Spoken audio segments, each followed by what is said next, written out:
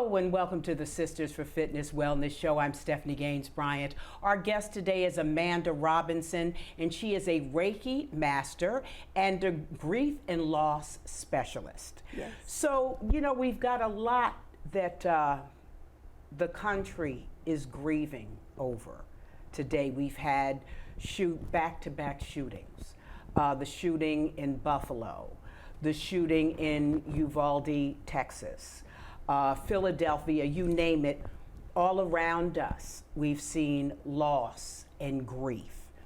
And as a Reiki master, one of the ways that you believe we can heal is through that practice. So welcome, first of all. Thank you. Thank you for having me back, too. Yes, it's been a while. A couple of years ago I had you on. Yes. And so, yeah, a few, years ago, right around the pandemic time, when everybody was freaking out. So 2020, right? That was a biblical change. And we had so much anger in this country. Political anger, medical, wasn't hearing the right information or contradictions, and people started having mistrust.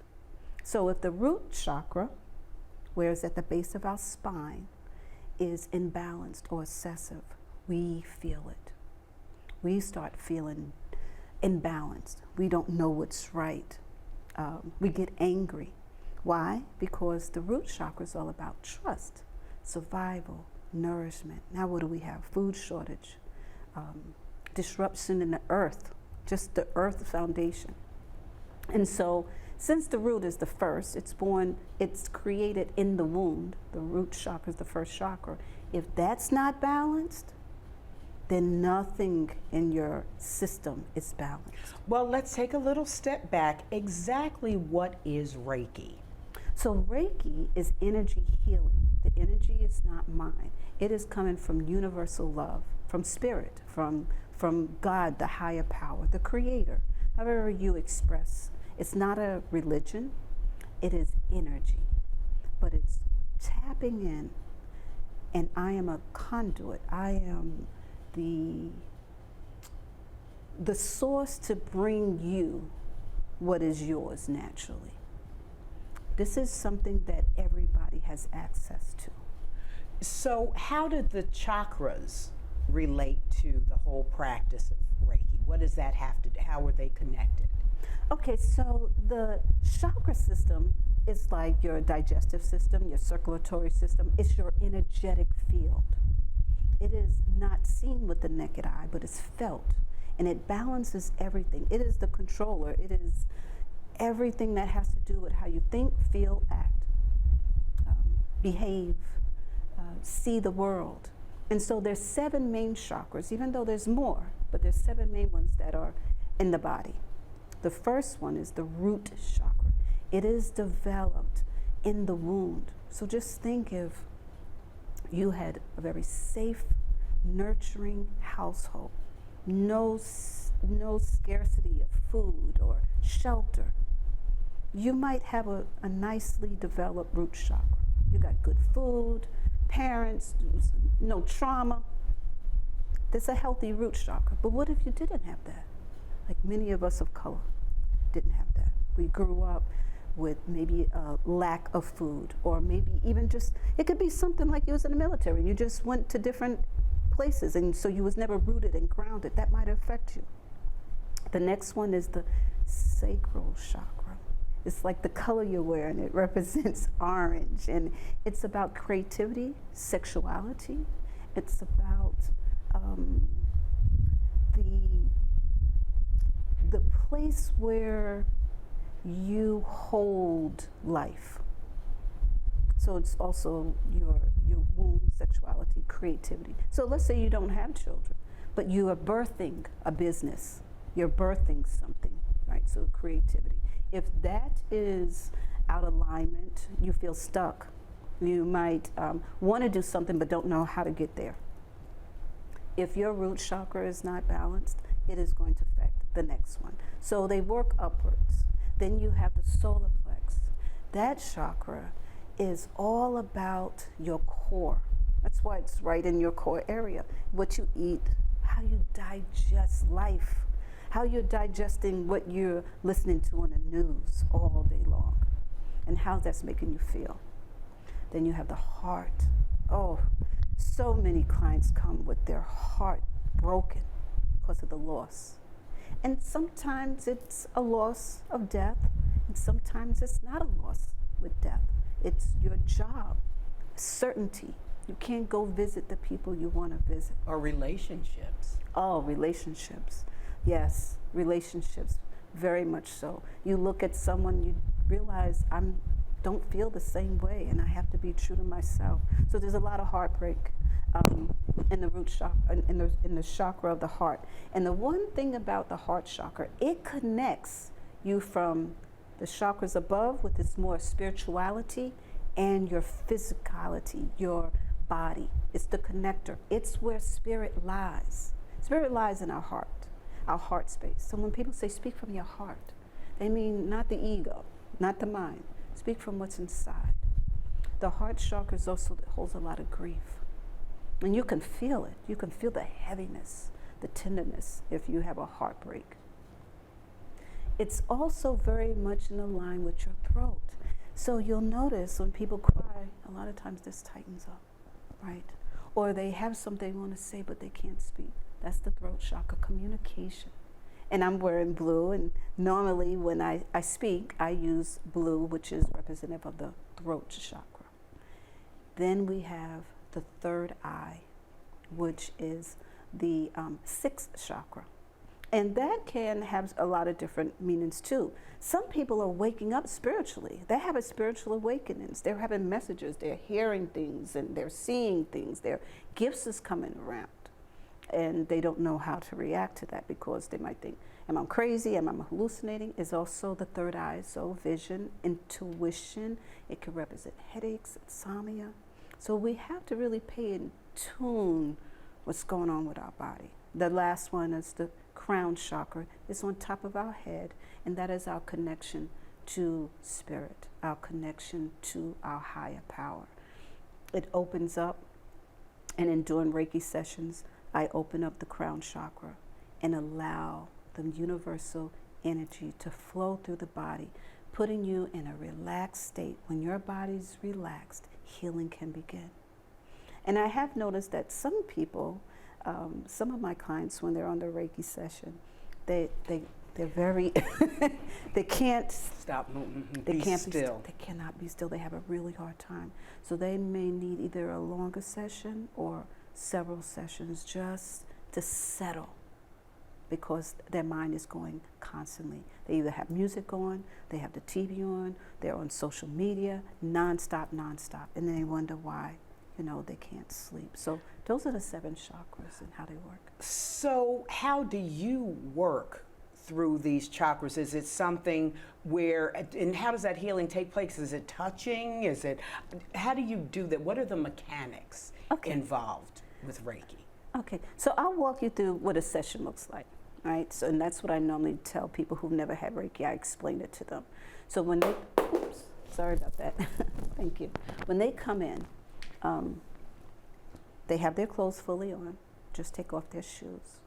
And I would take some sage, smudge them to cleanse their aura. That is our energy field around our body.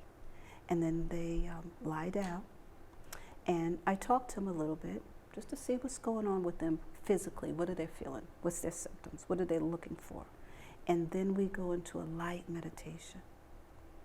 I bless the room first. I bless the room. I bless that this is a healing session for this particular person. And then we go into a light meditation where I'm relaxing their body, getting their body nice and relaxed, where they're just floating. And then I'll just start lightly hovering my hands. I may touch different areas very lightly according to the person's sensitivity. If not, then I just use non-touch Reiki. And I go to one side. I might feel heat. I might feel tingling. They might feel heat. A lot of times they fall asleep because they're just so relaxed and they fall asleep. But then they're also aware of everything that I'm doing at the same time. So after that, the session lasts about an hour. I go from one side, notice feeling the energy. So I can feel, my gift is feeling and seeing. I have the gift of sight. So I can see inside the body with my intuition what is going on. And sometimes I can actually feel it. If someone is very stressed or have trauma, I can actually see the trauma as well. And so I'm removing it. So I'm lifting up energy, moving it out the body, bringing down healing. And it's an energetic, intuitive, spiritual type of session, because energy is all around us. And afterwards, we talk about the experience and ways that they can improve and keep their Reiki session contained and to balance their chakras. Because my goal is not for a lifelong client. My goal is to teach people through lifestyle what they can do to keep their chakras in balance and harmony. Can people do Reiki on themselves? Yes, they can. Yes, they can. They can do self-Reiki. As a Reiki master, I can train someone on how to do self-Reiki. I do self-Reiki. There's been times when I have been sick and I am just praying and asking for healing. So it could be if it's on my throat, my heart. It's not it's not the same as when someone is giving you healing. It's kind of like when you do a self-massage versus going to get a massage, because you can just lay down and allow, where you don't have to, think. But yes, you can do self-Reiki. Can Reiki be done from a distance? Yes, it can. And I did a lot of distant Reiki when we was doing lockdown and people needed healing, because energy has no boundaries. Just think about an example when you're thinking about someone and they call you. I was just thinking about you. You were sending an energy frequency to that person, or you have a thought about something and it comes true. So energy has you don't have to be in front of someone for me to send you healing. Just like when someone says, can you pray for me? That person doesn't have to be in front of you for you to pray for them, and they can receive it. How long does it last? Let's just say that you're doing a healing session on somebody. Does that last for 6 months, a year, a day? It really depends on the individual and what is going on and how many chakras are out of balance. So some people, all their chakras is out of balance. And I recommend when someone comes to see me, it is self-care, but not in the way of, I'm going to go get my hair done, get my nails done, and then I'm going to go get some Reiki and go happy hour with my girlfriends. It's not that type of, it's very sacred. So I always ask people, take it very easy afterwards. Go and enjoy a nice bath and put good things in your body and meditate and listen to what Spirit had to tell you. Take heed to that, journal, do those type of practices, and it will stay with you longer, depending on the person. And if they just, afterwards, oh, wow, that was so great, I'm so relaxed, I'm gonna go have a beer. And then you're right back into, kind of like the imbalance. So always say, take it easy, maybe take a nice bath or a nice shower, like treat yourself to love. Is it something that should be done on a regular basis, like once a month, every 6 months, once a year? So some of my clients that are existing clients, I recommend every 1 to 2 months if they want to come in just to see how they're doing, what's going on. But if there's someone that comes to me and they're stressed out and they have maybe food addiction or they're not sleeping well, I recommend at least every other week for 3 months to get them very regulated. And then I'm doing a lot of teaching. So it's not you just coming in and you're quiet and I'm quiet and I do this and you come back. I'm actually teaching them and coaching them through lifestyle changes and ways to keep their chakra system balanced and to acknowledge when it's out of balance, what to do. How can lifestyle changes help balance the chakras? What exactly do we need to do as far as diet and exercise and taking care of ourselves to keep ourselves in balance? It's not what the things that I normally tell people. They'll say, I know, I just got off track. They know they're not moving enough because their bodies is telling them. Our bodies it's so intelligent. Our body's always talking to us. We just don't listen. So one of the first things I mention to my clients is to just sit and be. Start there. Start with 15, 20 minutes to just sit and be with yourself. Turn everything off and listen to what your body's telling you. After that, I'm going to start with the root chakra because that's the most important one, and that's what we're going through right now because we're all uprooted as a country. There's things that you can buy. For example, I have this black tourmaline, and it's in two different forms. This is a very smooth form of black tourmaline, and this is a very rough, raw form of black tourmaline. So black tourmaline, onyx, obsidian, those are all stones to help keep you rooted, grounded, especially spending time in nature. Okay, get with the trees, believe it or not. Put your feet barefoot in the ground and just feel your feet taking root and being stable and grounded. That's another practice that's very helpful. So being still, meditation, going out in nature, feeling yourself in your body. A lot of times we're very much in our head, and the root chakra is the right to be here. And I'm going to tell you from the pandemic, even myself personally, sometimes I didn't want to be here. You know, the earth is hard. A human is hard. But when we are grounded, we start saying to our body, please forgive me, I didn't take good care of you. But our spirit lives and resides inside of us, and we have to know that we're here for a reason. Now, let's talk about your background with grief. How do you blend the whole grief and healing with Reiki? How can we, and should everybody be grieving? A lot of people don't want to grieve. That's like a bad word, grief. Oh, I'm going to be sad. But if you don't grieve, it manifests in ugly ways. So yes. Grief is important. Yes, it is. So clients more so are coming because they're grieving. There's two types of grief, really. It's death and non-death, right? A lot of it is health. I lost my ability to. Long-term COVID. People have, like, before I had COVID and now after I've had COVID. Job, certainty, loneliness, anxiety, depression, mental illness. And mental illness is really hard on a person, and it's very hard on the person that witnesses it too.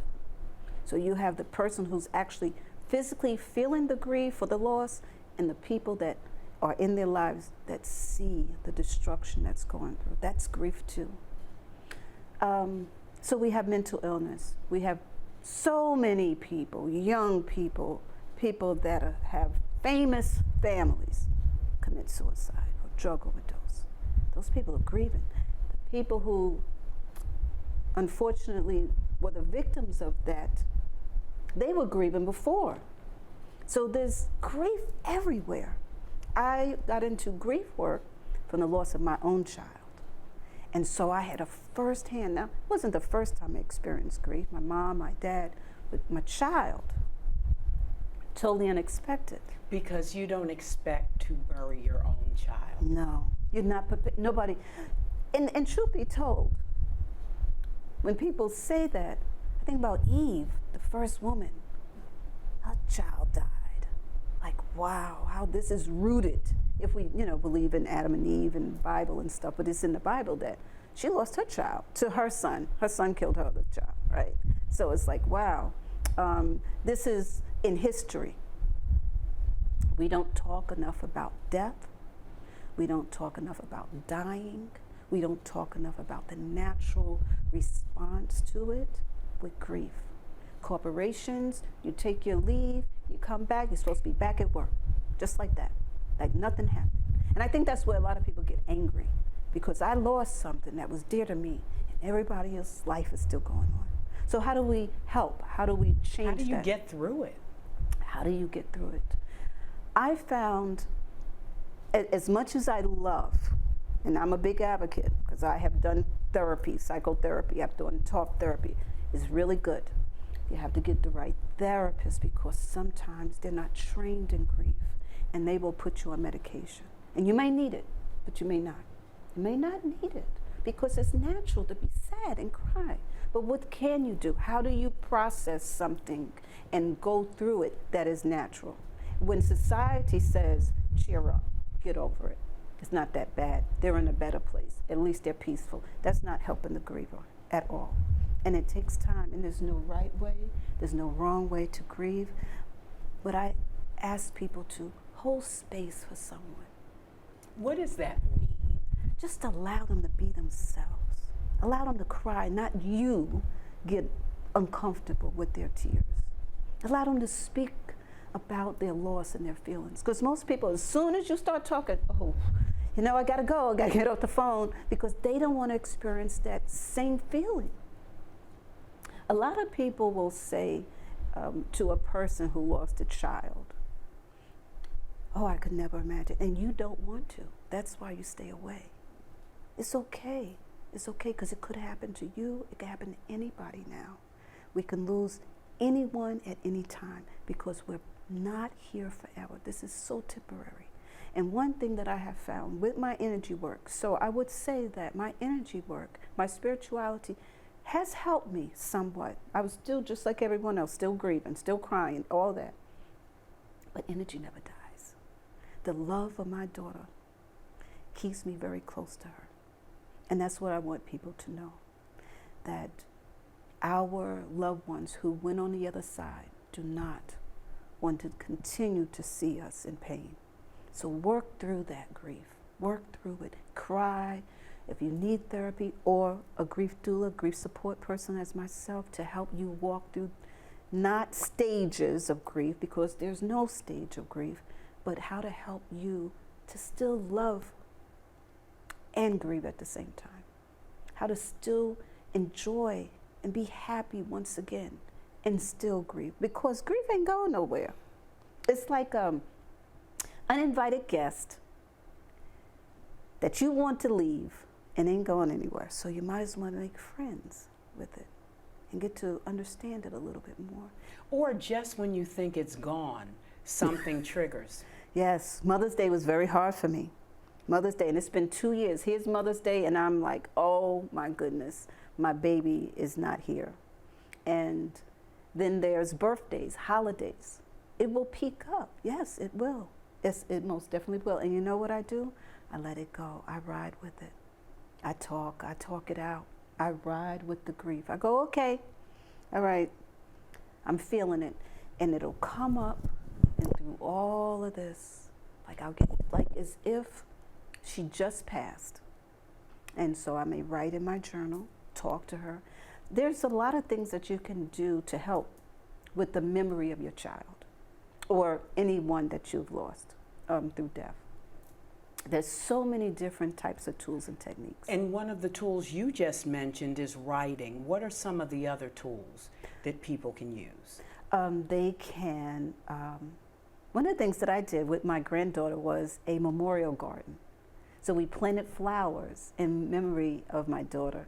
And that's where I go. That's kind of where I would say is my special place with her. So I go to the flowers and I see how beautiful they are. And it reminds me of her. So I can use that as a way of processing my way of missing her. And let me say this about grief. It's how you're expressing love of someone that you lost.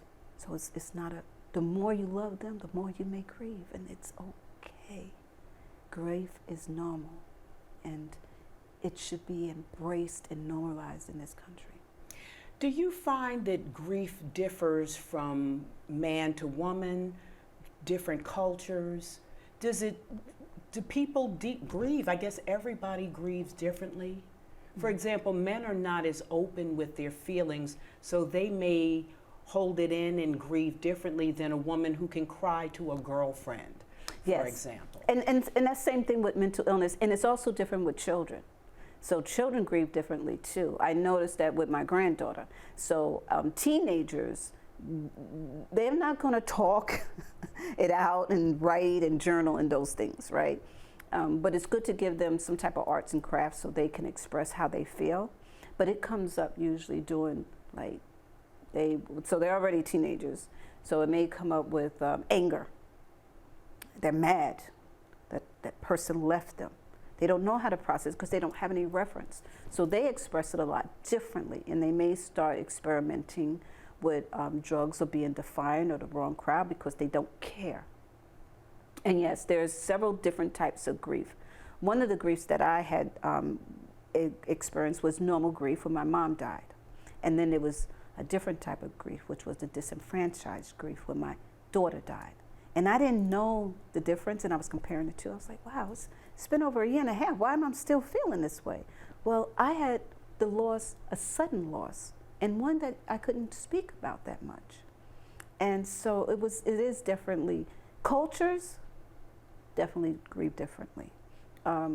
For example, I believe it's called the Day of the Dead in Mexico.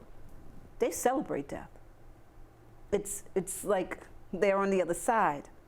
You know, so yes, different cultures definitely do grieve differently.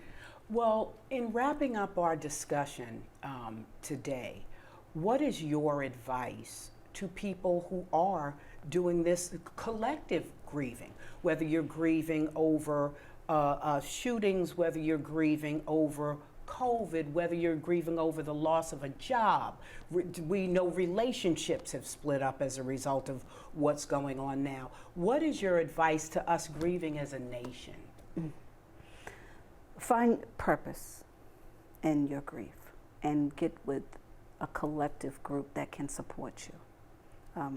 Actually, I plan on starting a grief support group because that way you don't feel uncomfortable around people who are not expressing it, because we all have grief, but everybody expresses differently. Like some people use addiction and food and all types of ways of dealing with their griefs, but find purpose in your grief. And when you start this group, please let me know so that we can make sure we put that information out there. It's been an absolute pleasure talking to you. We've gone from Reiki, healing the world, to grief and everything in between. It's been an absolute pleasure talking to you. Thank you for inviting me, and I hope to see you again. I'd love to come back. Oh, absolutely, absolutely. We've been talking to Amanda Robinson. She is a Reiki master, and she is also a grief and loss specialist. Yes. You've been watching the Sisters for Fitness Wellness Show. I'm Stephanie Gaines-Bryant. Enjoy the rest of your day.